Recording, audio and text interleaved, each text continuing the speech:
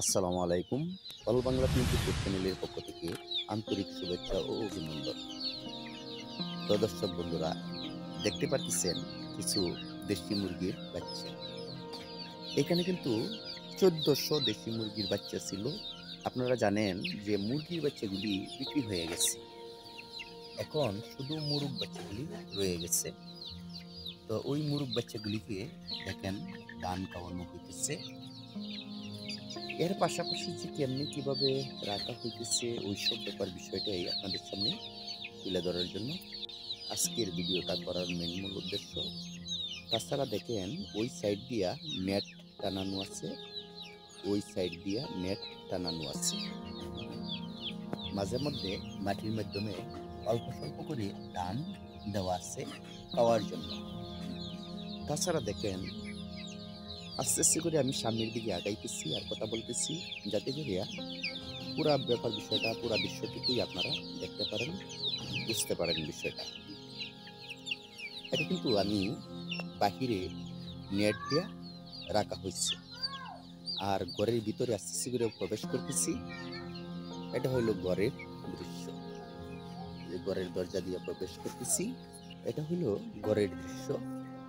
ঘরের ভিতরে বাচ্চাগুলি কমেই থাকে, বিশেষ করিয়া বাহিরে বাচ্চাগুলি থাকতে চয়েস করে বেশি। মূলত বিষয়টা হলো এগুলো তো আসলে ওই যে দেখেন ঘরের দরজা খোলা, দুই সাইড দিয়ে নেট দিয়া রাউন্ড করা আছে, ওই রাউন্ডের ভিতরেই রাখা হইতেছে। ওই যে দেখেন নেট দিয়া রাউন্ড দেওয়া আছে, ওই রাউন্ডের ভিতরেই রাখা হইতেছে। নেট দিয়া রাউন্ড দেওয়া আছে, ওই রাউন্ডের ভিতরেই রাখা হয়েছে। তো বিষয়টা হলো মূলত তো তারা দেশি মুরগির যে কালচারটুকু আছে সেইটুকু কালচার কিন্তু তারা পছন্দ করে এবং ভালোবাসে, আর সেইভাবেই খোলামেলা অবস্থানে থাকতে চায়। খোলামেলা অবস্থানে তারা থাকতে চায়।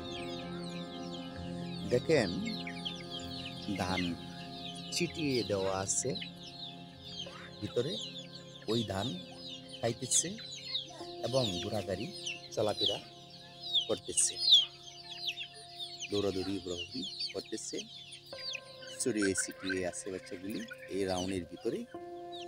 তো বিষয়টা হলো আসলে তো তারা দেশি মুরগির যেটুকু পরিবেশ দেশে যেভাবে তারা লালন পালন করা হয়, দেশীয়ভাবে যেভাবে লালন পালন করা হয় খোলামেলা অবস্থা, তারা কিন্তু সেই খোলামেলা অবস্থানই থাকতে চায়।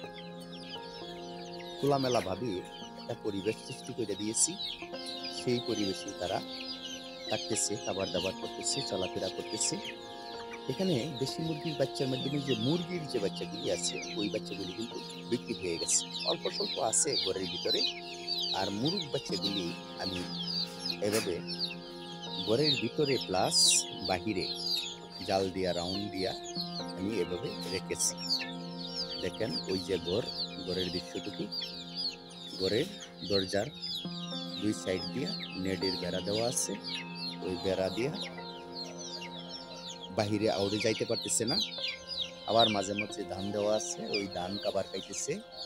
ভিতরেও খাবার দেওয়া আছে, পানি দেওয়া আছে, ভিতরে গিয়ে পানি খাবার খাইতেছে, আবার বাহিরে আসতেছে।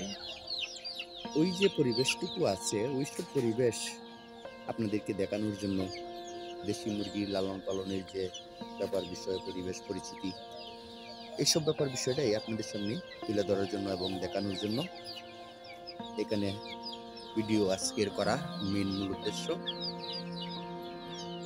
তো দর্শক বন্ধুরা, এই ছিল আজকের ভিডিও। বিশেষ আর কি বলবো, আপনাদের সুস্বাস্থ্য মঙ্গল কামনা করে আপনাদের কাছ থেকে আমি বিদায় নিতেছি। আমি মোহাম্মদ আজিজুল হক দুলাল। আল্লাহ হাফেজ।